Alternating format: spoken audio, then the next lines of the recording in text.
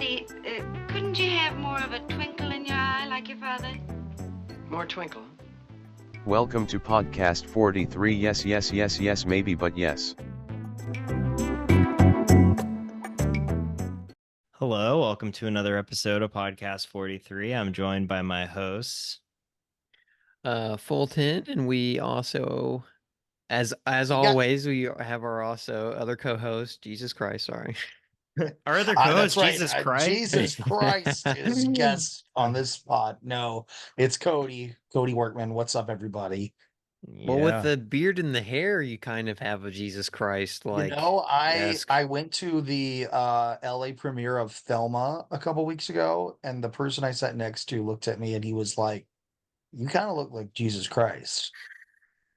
I didn't say anything. I just looked and smiled. Oh. I thought that was an appropriate reaction. I hope I hope everybody listening to this podcast will be going to see Thelma when it comes out, because it's a very I think it's movie. wide now. Well, I guess it might, probably by the time this drops, it might even be on streaming, the way these things move.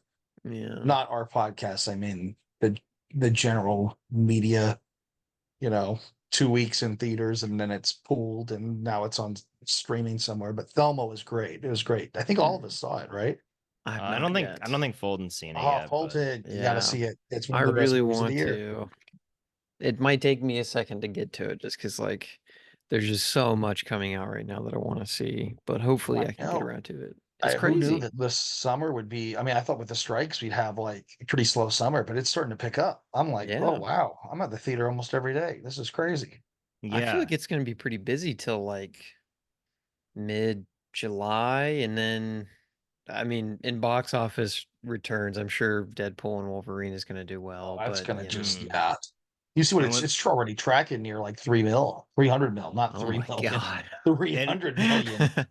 And despite the strike, I mean, we haven't really had.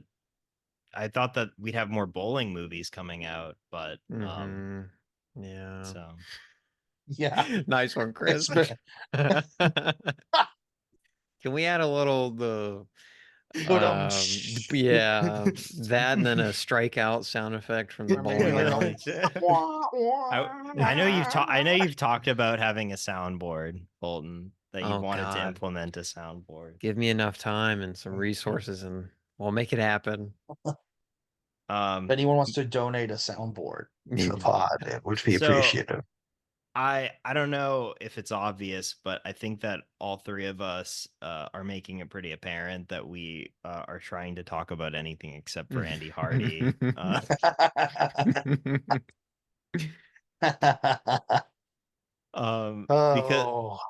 Because this was not really Andy Hardy's Blonde Trouble, but more like Chris, Fulton, and Cody's Andy Hardy Trouble. Because we had to watch two really bad Andy Hardy movies this week. Well, I you know what I will say, we had to watch one really bad one and then one bad one. Yeah. I would say there is one that's not really bad, but there's one that's really bad. Yeah. And the first the really bad one is 1944's Andy Hardy's Blonde Trouble, directed by George B. Seitz in his final film. What a whimper. Directing Andy Hardy. This is also the longest Andy Hardy movie, clocking in at 1 hour and 46 minutes. You feel every minute. 40 minutes, which you spend where? On a train. Yeah, 40 minutes you spend, like 45 minutes of it is like you're on the train, which is a cool idea. I think that like that's actually like the thing is like if it just stayed on the train, it would have been a lot more interesting, I think, from like a structural standpoint, to have just an Andy Hardy film that takes place in one scene. But at the same time, it's kind of funny because they've just been like prolonging Andy Hardy's youth, because they they don't want him to grow up because he's their cash cow. So they Mhm. want Andy Hardy to be as young as possible. So when he's on the train for 40 minutes, it almost feels like they're like prolonging his development. Like they're like, we've had 3 movies where it's summer after high school, and now we have 40 minutes of the movie where Andy Hardy supposedly is supposed to go to college, where he doesn't go to college and he just sits on the train on the way to college. Yeah. No, Yeah. yeah, it's interesting.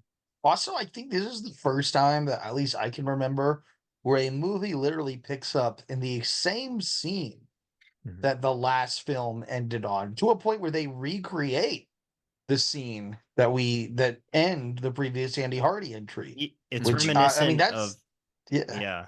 Go for I it. was gonna go the I was gonna say it's very reminiscent of Beneath the Planet of the Apes, and I was about how to say, they just Planet of the Apes does this replay all the they just time. play the ending of Planet of the Apes to lead you into Beneath the Planet of the Apes. So maybe the filmmakers of the Planet of the Apes films were They probably were Hardy Andy heads. Hardy fans, Yeah, and they were yeah. like, "Oh wow, yeah, no." But Um, that's I mean, points for being interesting there. I don't think they had done that up until this point. I agree with you that it is kind of a neat idea to have such a long amount of the movie spent on the train to college. But oh my gosh, this Wainwright trip is just like I could not care less by the end of this. These movies, for the most part, like anyone who knows the pod and knows me personally knows that I have a problem a lot of the times with just movies about youth. I find it pretty uninteresting, and boy, this is textbook level as to why, like, I really, the whole movie, just do not care about any of these characters' little personal problems. At least with the other Andy Hardy films, even when they were bad, they're entertaining. This is kind of an entertaining problem. This is just like, oh my gosh, and the like levels of privilege I can't even comprehend in this is so nauseating. I'm just like, oh, This film always gets lost in the weeds, or a lot of these films get lost in the weeds with with these incredibly complex, convoluted plots, which we've brought up yes. numerous times. they're too specific. They're so like, why? How could this happen in this exact way? We have thought way too hard about this. And it's like Andy Hardy is so impressionably stupid. Like in this movie, like and people complain about how, like, in The Simpsons, like after like season 8, like Homer got too stupid and like too angry, and it's like, but Homer's still like endearingly funny, but like Andy Hardy is not endearingly funny. He just kind of gets annoying, He's and kind of an ass. he's kind of an asshole, yeah. And so what happens is he's on the train and he gets tricked by these other guys that are going to Wainwright College, and they tell him, like, you shouldn't be carrying around more than $5, and they'll like basically like beat you up if you And rob like you? wait yeah, if you wave money around, because like they're very democratic there, and they don't believe in Yeah. wealth. And so he gets so scared that he meets these 2 blonde twins on the train that are identical, and they are like doing this plot where they're like trying to their dad wants them to be separated because it's not good for their health to be like together, and he wants them to like develop independently of one another. And they both like trick him. Nonetheless, this is yet again so just complex, and just it makes you have like an aneurysm, like. But Mhm. anyways, they trick Andy Hardy and they tell him, like, oh, we'll hold on to your money so you don't get beaten up, and he just gives them basically all of his money. He just gives Yes. all of his money to complete strangers. And then he gets more and gives it to them To them again. again. To them again. They also say, I love this line when they're like, he's like, well, I could put it in my socks. And she's like, no, you can't, because with freshman boys, they take off all their clothes, they strip them, and they paint them blue all over. And it's like, what? And it Like, works. this clearly happened to one of these writers. Like, this is not something that you just come up with out of the blue. Yeah, that's an insane. I mean, it is kind of funny. There are a few jokes that, it's like one of the twins is really into Andy Hardy and the other one is not. And Yeah. so he can't tell them apart because as far as he knows, there's just one of them. And he keeps, hitting on one, and then she'll slap him or she'll say she's going to report him for misconduct. And then the other one's flirting back with like winking and all of this. That's a relatively funny bit. Especially when he gets I- smacked like Yeah. by, When by he one gets of them. smacked after It's he's like a good, "Hey like- there, cupcake." It's like a good like Three Stooges slap too. So It's a nasty slap. yeah. It's like a Will Smith could take notes. Mm. Just to like to cover our bases and to just really stress how complicated this film is. So there's the blonde trouble, the two twins plot. There is a plot between Andy and this new character Kay that he meets at the end of the prior film, which I think they may have recast her. I'm not sure. I thought the actress looked different. But I could be wrong. And then there's the plot with the headmaster at Wainwright, and which also involves Kay, so that's kind of connected. And then there's also a plot with Judge Hardy getting sick. That's 4 things that are completely juggled. And to Yeah. me, the most important one that I think reveals the most about Andy is the one with Kay and his developing. It feels more like an actual relationship rather than like a teenage fling than we've seen with like Polly and whoever else he's been interested in over the films. And I kind of like Kay, but they do something so weird with her character that's kind of mind-boggling. And I guess just to get it out there, she lost both her parents when she was really young, and so she had a guardian. Oh wait, but that's the next film though. That's the next. But I thought Yes. I thought she said she Well, had but it. She mentions him in this She one. mentions the guardian yeah. in this one. Okay. Yeah. But she also I'm sorry, these has blend kind of together a- for me. She has a fling with the doctor. That's right. Yeah, she likes Yeah. the headmaster. The headmaster Yeah, and her have that's this little right. thing. It And he's like 30 years older than her. yeah, it's odd because like so, but at the same time she like feels like I feel like out of all the like character like out of all like the women characters, like she's one of the strongest when it comes to like Yeah. I don't know, she definitely has like I feel like she's just written more as like being like this, independent woman, and she wants to make her own decisions. She wants to go to college. She doesn't want to just like, fall in with Andy Hardy, and kind of his like schmoozing doesn't work on her. So I appreciate that aspect of the film. But yeah, I mean, I just think maybe, I mean, we'll get into the stuff that really puzzles me about her in the next film, but I feel like in this one she's pretty okay. I still don't understand why she ends up with Andy Hardy at the end though, so that's another. Yeah, this is the one where I think she is like, she's probably the best character here in terms of she's very interesting, she's very mature. She kind of teaches Andy how to behave and to understand that in courting women in this stage of his life, it's not about, necking in the woods or, just physical whatever he's been doing his entire life. It's more about, building an actual relationship with somebody else, which I can certainly appreciate.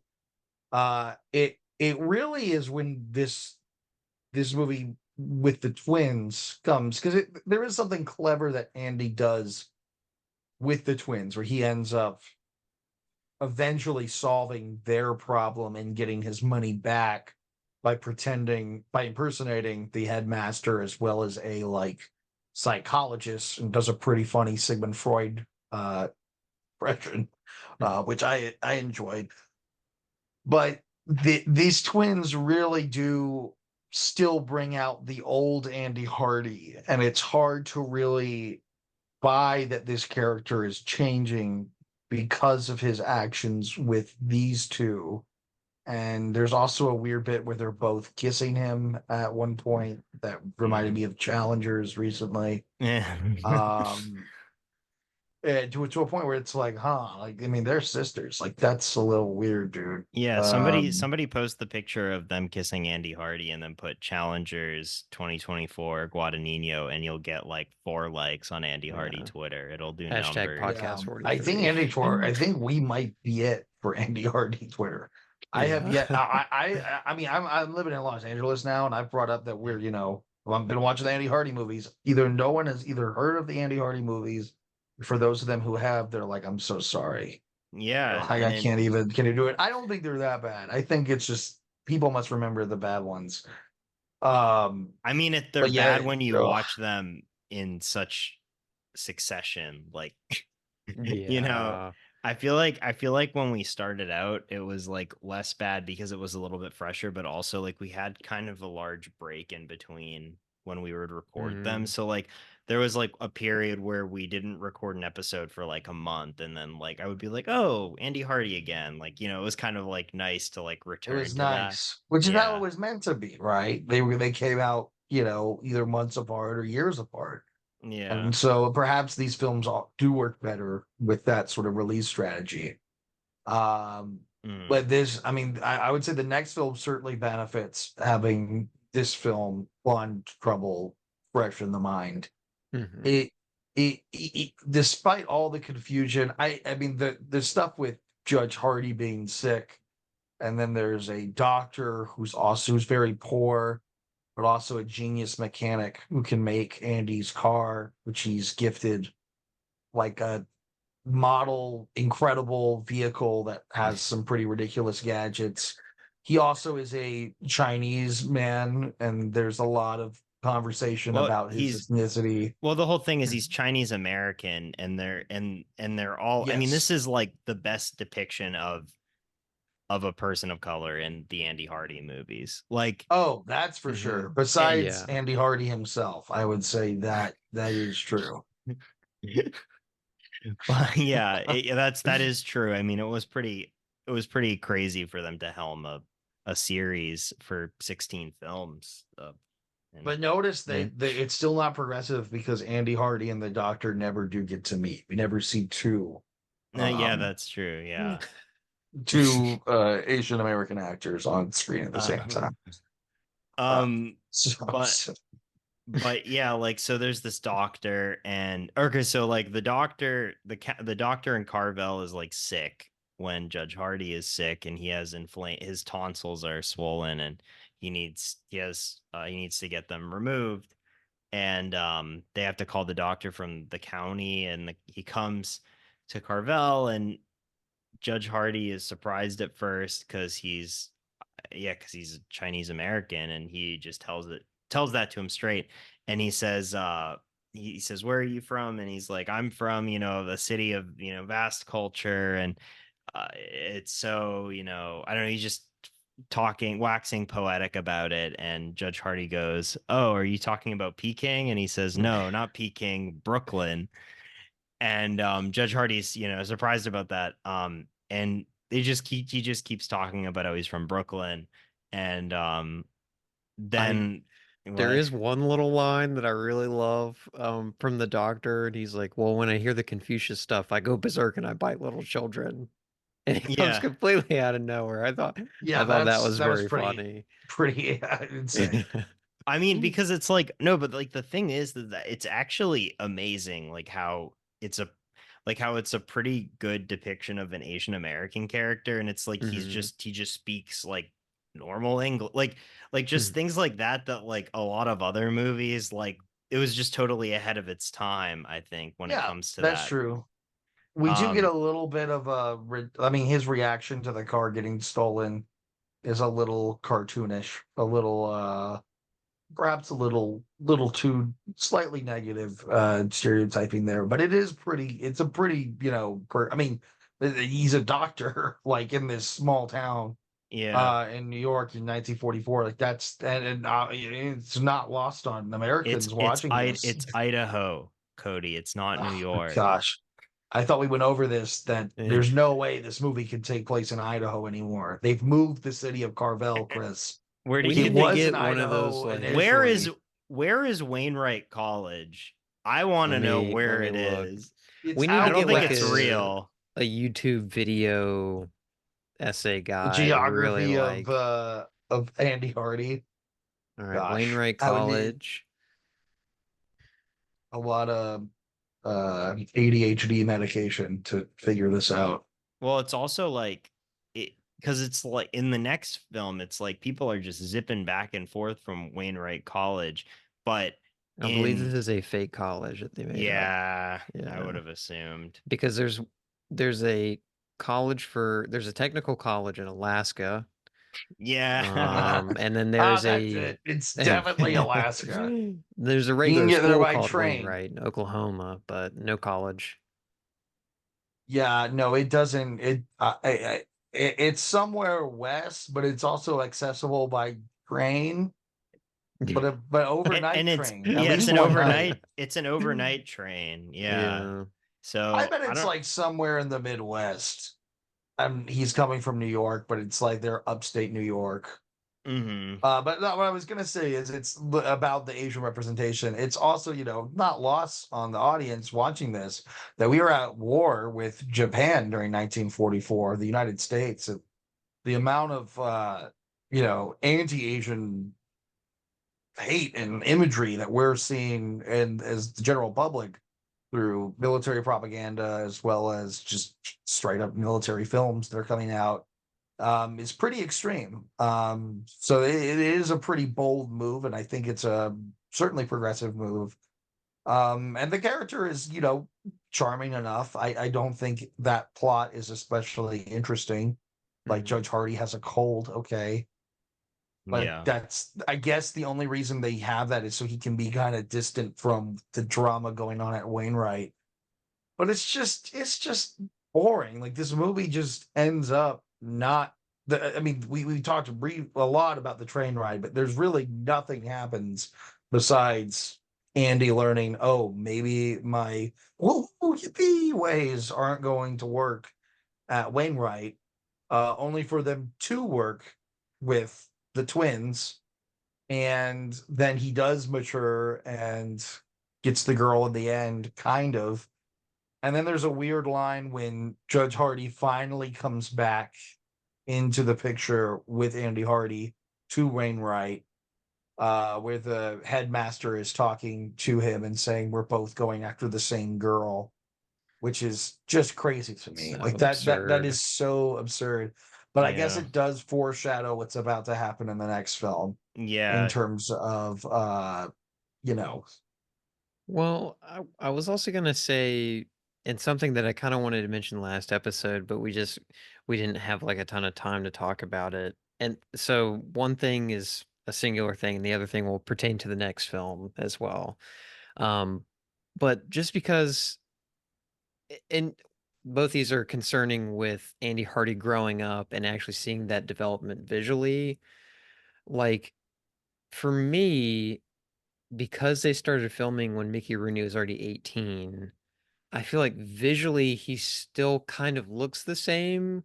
Like he's kind of lost his baby fat a little bit, and his face looks thinner, and he looks more mature. But I feel like if you take a photo from him from Love Laughs and compared it to A Family Affair, like I just don't feel like I visually see him growing up. And then when he gets to college, I feel like you never actually even see him struggle to adapt to this type of life. And Mhm. I'm kind of talking about like the school stuff. Like you would think like his clowning around and always trying to go after this one girl would kind of get in the way of his studies. But no, you just see him study. Like you don't even see him study. You just hear him say, "I've been yeah, studying all night." And that's it. And there's no yeah, that's struggle it. really there. Not that there has to be, but like Yeah. the development is his development is so weird in these films because I feel like they kind of either don't do it or when you actually see him progress as a character, it's off screen. Or It's a like little his strange. or it's like things like he's so busy with graduation that he literally can't do basic English. Yeah, that was a whole conundrum. Um, Academia and school in these films are so weirdly portrayed, I feel yeah, like. it's like, do I believe that this man will one day pass the bar? No. Not at all. I, I No. still don't buy him as a lawyer. I really don't. Like, I'm curious to see the next film for that reason, but yeah. Yeah, no, Yeah. the final film I think will really let us know how Andy Hardy's life ended up. I'm very curious to see where that goes. so yeah, this Um, this this one's not very good.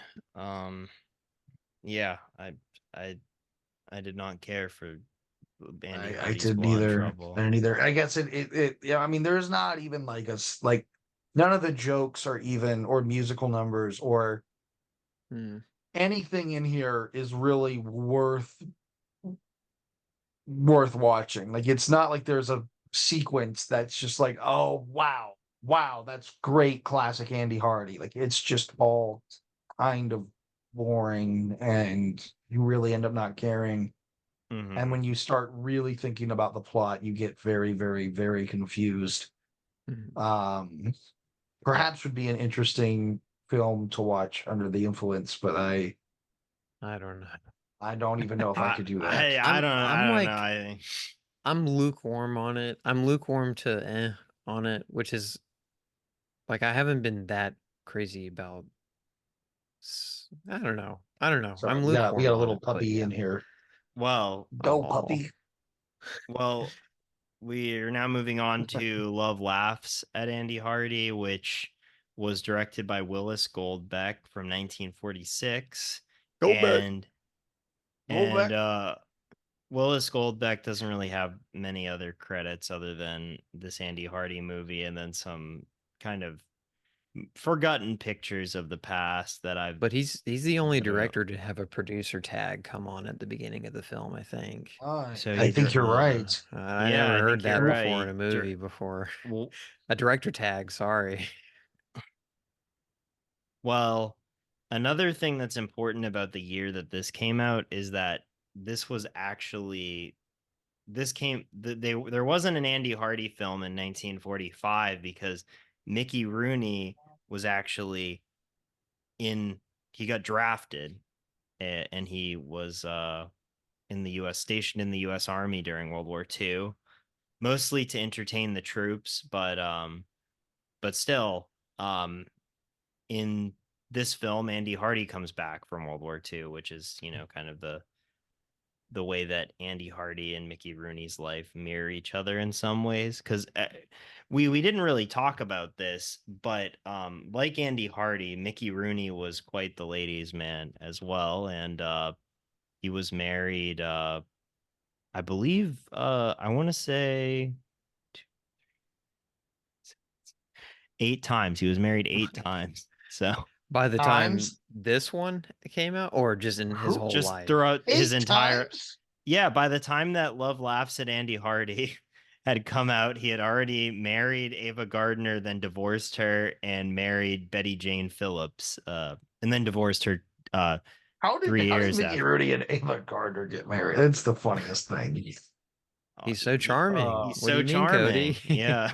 Oh my gosh. Just to touch back on the military aspect of it, and something I forgot to mention with Blonde Trouble. I'm pretty sure Blonde Trouble, this came at the end of it, but there's a little title card that says this picture you have just seen will be shown in combat areas overseas with the compliments of the American motion picture industry. So just an interesting little historical. Could you Um, imagine? Man, Could you imagine, imagine? yeah. Could you imagine being in those horrible conditions, fighting? You're like, Uh, you're off the beaches of Okinawa, ready to storm the beach. And they're like, well, before we go, boys, we're gonna show you a little picture. And it's that. You're like, oh, he's going to college. Wow, I'm about to literally die. I'm literally about to kill a I man wish with my I could be in bare hands. college.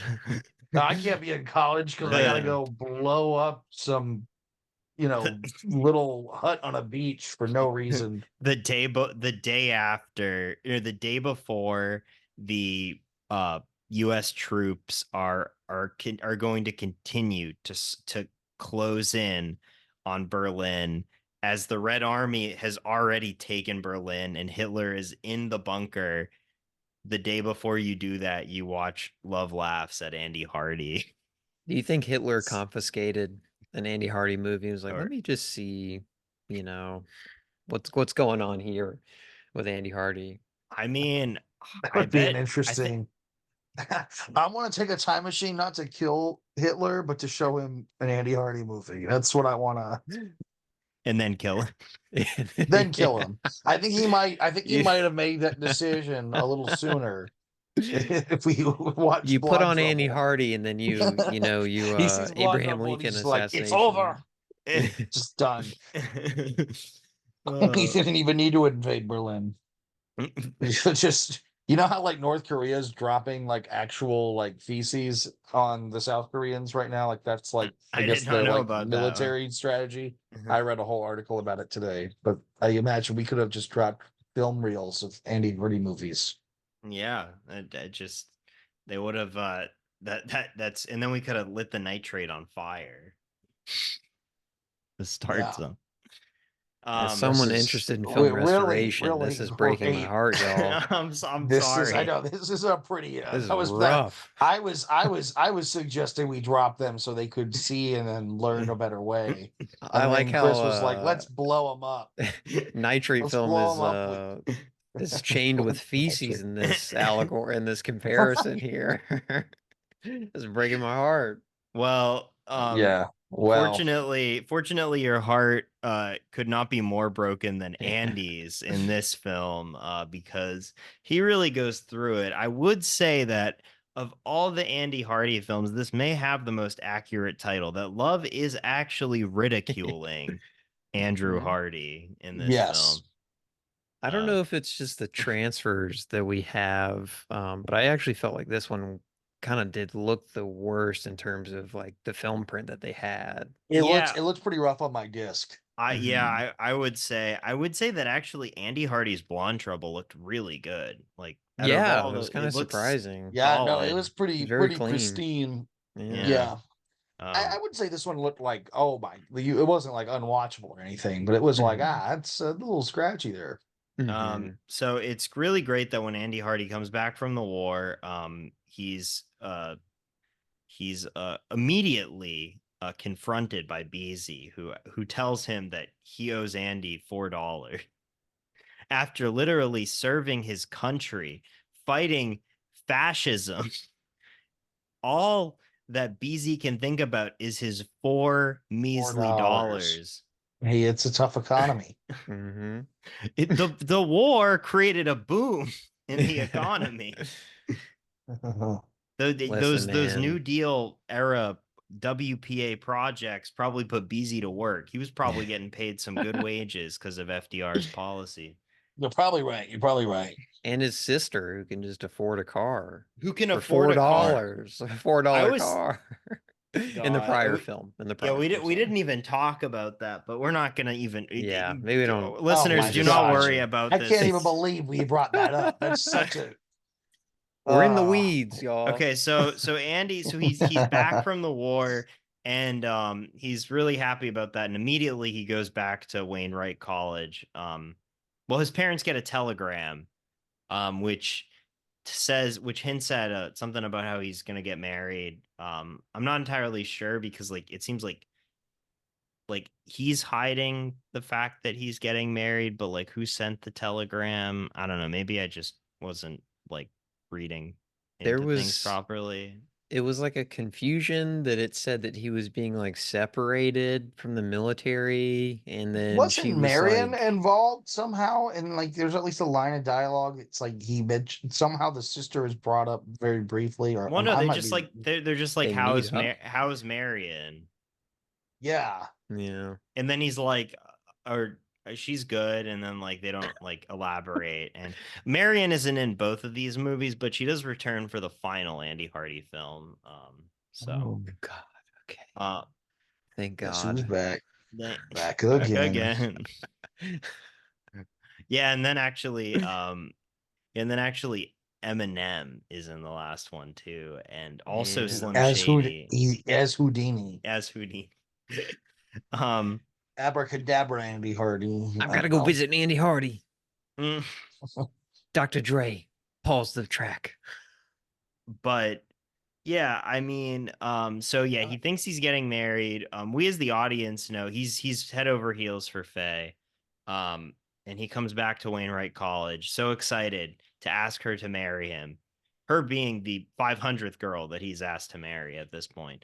But he knows for sure this time that she's the one. Sorry, I don't mean to be coy and facetious, but it's just you just get really sick at this point of these movies. But she she gets a telegram, and it's from somebody that says, I can't wait to see you. It's clearly hinting at that it's like outright spelling out that she has another relationship, and since the war's gone on and stuff, but Andy doesn't know this, and so then he's so excited. He's gonna propose to her. It's gonna be a special night. There's gonna be a dance, but she has to go back home, and she doesn't for a family emergency, and Andy doesn't get to introduce her to her parents, to his parents, who appear for like homecoming week or something. And then she tells him outright, I don't have any parents. They're dead, but I have a guardian, and I've fallen in love with my guardian. I'm going to marry him. Right. So she marries her Yeah. stepdad, is what we're This is really saying. weird. I It's mean, really weird. yeah, it is. It is wild that this is like. I mean, this, and it's accepted. It's not like. I mean, Andy has a hard time with this, and Andy ends up becoming the best man at their wedding, which is crazy. And there's a lot going on. He, excuse me, listeners, just took a yawn. Andy, I mean, it's certainly. I mean, you know it's coming. You know she's not going to marry him. You know that that's going to be the drama. Again, the movie messes up, as a lot of these films do, by giving us just too much information. We don't need. It could have just been an older man. It could have even been a family friend, which still weird. But It could have just been another no. person at college. How about Yeah. that? It could have been somebody. I mean, I like the Like a idea that this senior. person is like, a senior, right? I mean, this guy would have, and she would have been a junior. I think I did the math. She would have been a junior in college. She's probably 21, 22. He's definitely in his 30s, maybe in his 40s. 36. He and- says he's 36 at the end of the movie. 36. Okay. Yeah. That's 14 years. It's definitely a gap. But it's the Um, power dynamic, though. It doesn't. It's the fact that he's he's her guardian, which is also weird. Like, why is a bachelor Mhm. guy adopting like a high Also, school? does she still? Why does she have a guardian if she's 22? Yeah, she's.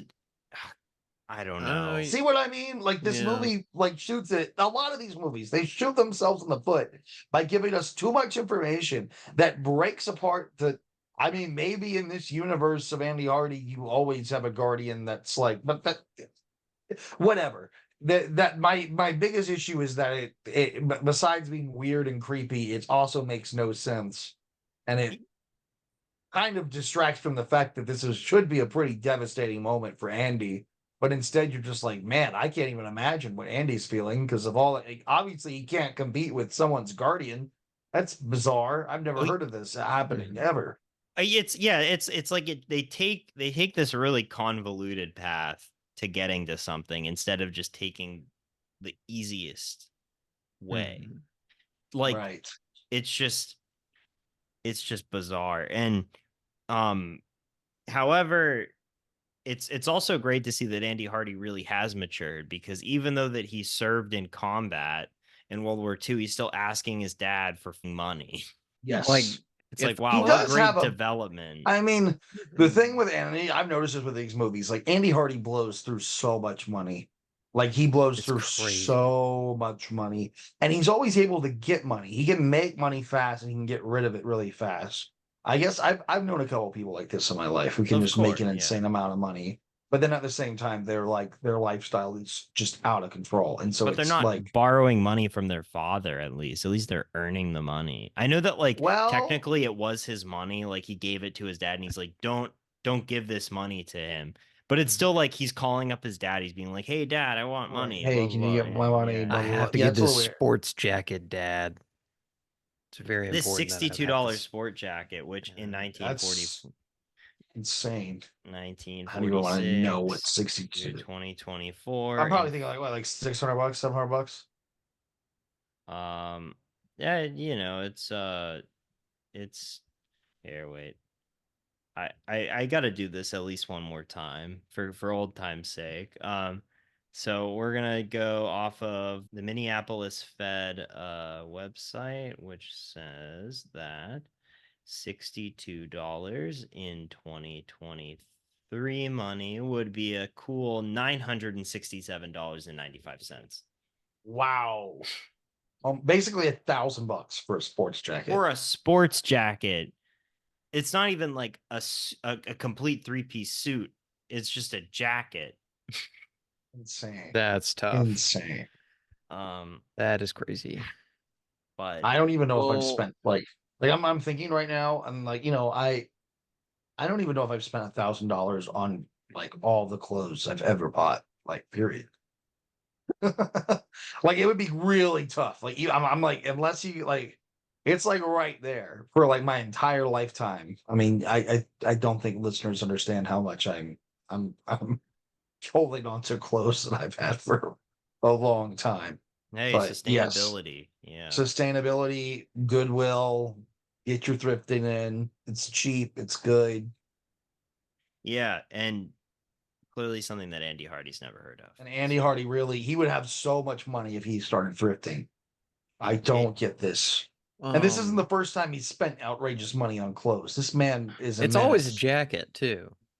Yeah, Yeah, I or mean, suit- thank God. suit or Thank God jacket, our but- society has, because we don't need to, like, I mean, at least in the circles I run, you know, it's not like you have to go to a place. I mean, there are certain places you got to go, I guess, wear a jacket, but like, come on. We've grown past this as a society that this is ridiculous. Well, I thought- just to like, oh wait, Chris, you're about to say something. Sorry. Oh, I was just gonna say, well, I thought you were gonna go in a different direction and be like, I'm so happy that people don't spend that much money on clothes now, and we've moved past that. And I was gonna say, well, you know, all three of us, you know, see a new like 4K restoration of Martin Scorsese's Bringing Out the Dead, and we're like, all right, Yeah. me. Need. Yeah, don't mind if I do. Yeah. Just to like, as if the plot with Kay, her guardian, and Andy wasn't convoluted enough, there are two other love interests. One that Andy meets back in Carvel, and he doesn't really take that serious just because he's so dedicated to Kay. But he kind of has a few passing glances at her. And that is Isabella? Was that her name? Isabel Isabel. Gonzalez. Played by Which- Lena Romay. And I who- thought this was interesting. Or you were gonna say something, Chris? Yeah, I was just Sorry. gonna say she's, I mean, the first like Hispanic character in Andy Hardy. So Andy Yeah. Hardy really making quite some strides in representation. In the last couple movies, yeah. Continue, Fulton. Sorry.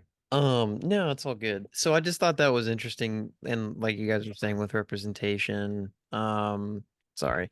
And then there's also which her name is escaping me, but the very, very tall college Coffee. student. Coffee. Okay, yeah. And so It's Coffee there Smiths. Coffee Smith. So there's also two other plot lines to follow throughout this film, as if the one wasn't convoluted enough, which is a signature of these films, I feel like, at this point. But yeah, I don't really have too much to say about them. I think the Isabel Gonzalez one is very interesting. Just Yeah, in terms of the yeah, casting, and she's The not like casting. she does have a song half in Spanish, half in English. And I mean, she is kind of the object of Andy's desire, and we're supposed to kind of read her that way, even though he's not into her when she's first introduced. But I thought the representation was interesting. I'm not going to say it was good representation, but it was interesting. It was interesting. I will say that I thought Coffee was pretty great. I think Coffee is probably my favorite part of the movie, because you have her initial entrance is she can't find a date to the freshman dance or the homecoming dance.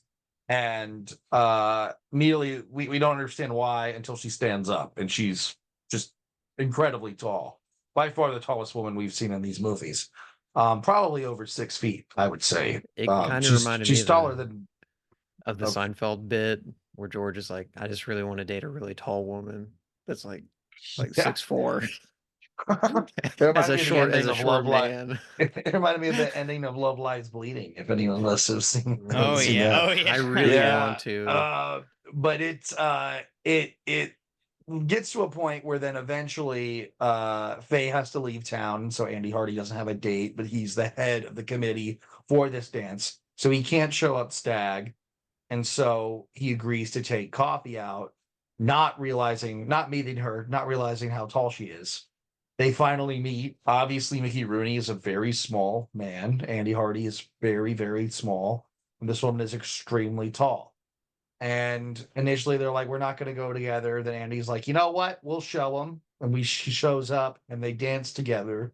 And this is classic Andy Hardy. This is a great dance sequence that's very funny, of them figuring out how to dance. And once they figure it out, it is electrifying. Everyone's laughing. I'm laughing. Yeah. She ends up having a great time. She's dancing with other boys. He's a big success. And there's a great little bit with his parents thinking that she is the girl he wants to marry, which is not the case. And she's like, how? and it's- She's like, how? What are their kids gonna look like? yeah, what are their kids gonna look like? And like the way she like is handling Andy Hardy in this dance is hilarious. She is tossing him around, and you even see like Mickey Rooney's face is just like in complete shock, and also like there's just genuine fear in his eyes as she's swinging him around and tossing him on her back and all of this. But it's Yeah. really, really quite an amazing sequence. I And thought we to were me going to was the see the highlight Big of the Apple movie. again. Yeah, I thought he was gonna do the Big Apple. Yeah. I know, that would have been little exciting. callback. Yeah, as somebody But who no. lives in the Big Apple, I keep telling people about I keep doing the dance in front of people, and just nobody knows what I'm talking about. Nobody I'd like to see a knows. TikTok video of a random passenger just filming Chris doing the Big Apple on the subway. Yo, he just did the full Big Apple on the N train. No way. You have a That flat would be bill sick. and you keep flipping it Yeah. up for people to put cash in it. Yeah. But Yeah, so also another thing that really annoys me about this is in like the last 15 minutes, Andy Hardy gets really mad about how Faye's marrying her stepdad, which, understandable, but he still falls back on that same like impressionable Andy Hardy kind of emotional response to things where he's like, I'm quitting college. I don't want to go to college anymore. I'm going back home. And his dad has to give him like a stern talking to. So all of us probably were crying a little bit inside, knowing that this was the last of the Judge Hardy, Andy Hardy man-to-mans, because unfortunately Lewis Stone would pass away before the final Andy Hardy film comes out, and his absence will be greatly missed. I can already predict that. But yeah, his dad gives him a stern talking to. He's like, you're being ridiculous. Like, why? You're just trying to avoid your problems. Because Andy's like, I'm going to go to South America and I'm going to become an engineer because I met somebody in the military that would give me a job in South America. And I'm just going to, checks out. Yeah. Yeah. Checks out. Yeah. It's that easy. And so his dad sees through his bullshit. But it's like, how is this character developed? How is he developed at all throughout these 15 films? And he's supposed to be aging and learning wisdom as he develops. And I really don't think that that's the case in most regards. and it just left me feeling angry because there's this like little gag at the end where he tells his dad, I'm swearing off women. Like I'm just going to be studying all the time. And then there's a portrait of George Washington in the background and it falls. And it's like, oh, he's telling a lie, that's it's the little visual gag. I mean, Is it would that be funny if Yeah. he was completely celibate for the rest of his life. yeah, he's I voluntarily mean, if Andy Hardy celibate, became yeah. a monk, went to the monastery, I think that would be pretty exciting. It'd be And, very interesting Yeah, for the time too. yes. I mean, so yeah, that's all I gotta say. Stop talking. Stop. You need to listen to what your dad is actually saying, and not keep waiting for him to give you a lecture. Listen to your father. Andy Hardy, Go to don't get therapy. married. Don't get married 9 to 8 times. I can't believe a marriage for 8. I mean, after like the 5th time, I'd be like, okay, obviously the No, I mean, universe is still up to Maybe something. it's me. To be Yeah, maybe it's me 5 times. to be completely fair, like I don't know, Mickey Rooney's life is so sad. Like it's actually like he died like basically penniless. Like I don't know. It's just it's a very tragic life, the life of Mickey Rooney. Did he ever write an autobiography? He wrote a novel. Oh, okay. Like He wrote a memoir would novel be that was interesting. basically autobiographical. Interesting. Yeah, so do you guys have anything else to say about Love Laughs at Andy Hardy? Yeah, I kind of think it's pretty mid. It's kind of a whimper of an ending. It is still better than Blonde Trouble. I do think there is a little more. It is kind of interesting that Andy Hardy went to war. It's a shame that they don't do anything with that. I really thought we were gonna have, some sort of Andy Hardy in combat or some sort of at least more acknowledgement of what he did and what happened. There's really none of that. But it's an interesting little movie. I appreciated a lot of it. I love the coffee scene and a lot. I think it's I think it would be when I think of the series as a whole, a standout moment of the series. Well- So it definitely is worth something for that. Bolton? Yeah, yeah. I was gonna say, like, I feel like with these last two films, there's almost been like, more like silent era slapstick comedy slightly present in them, and like the thing with the dancing with the taller woman and all that stuff, and like I feel like that's it all still visually tracks and is humorous. And then like stealing the car in Blonde Trouble. Yeah, I mean with these two, I'm kind of lukewarm on them. I agree. I think I would probably take Love Laughs over Blonde Trouble, but like with him wandering around at the beginning of Love Laughs, we're supposed to read it as he's so infatuated with Kay, that's why he's acting weird. But I was almost like, are they gonna do a PTSD thing? Which would have been interesting, but of course they wouldn't do it because they don't want to portray the war and the negative effects of war.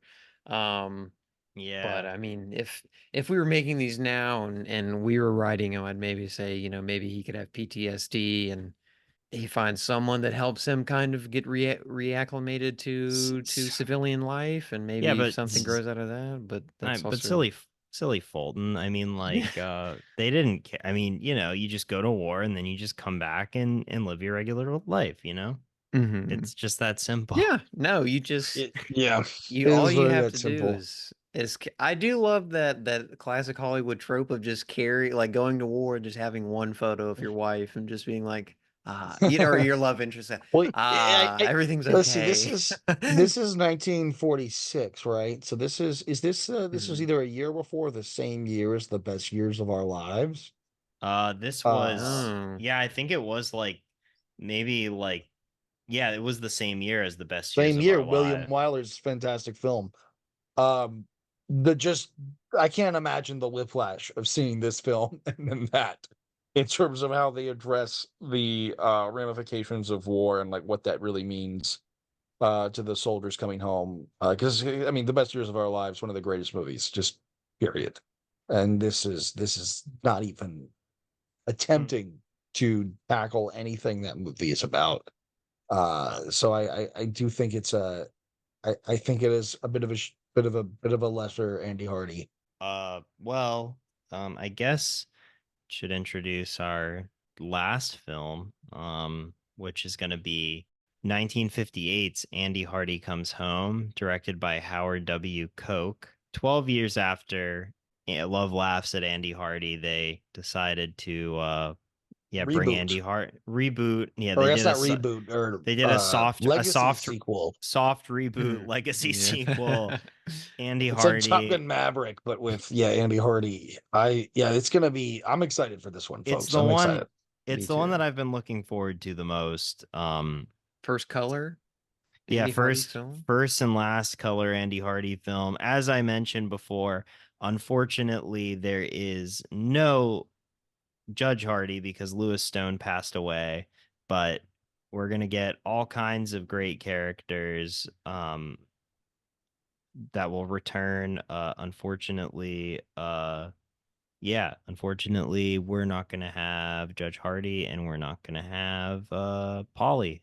So that's okay Polly's not in though. it. That's interesting. But there Yeah. are going to Shannon be some other through- familiar faces. There's some there. I understand there will be some interesting archival footage used in this film.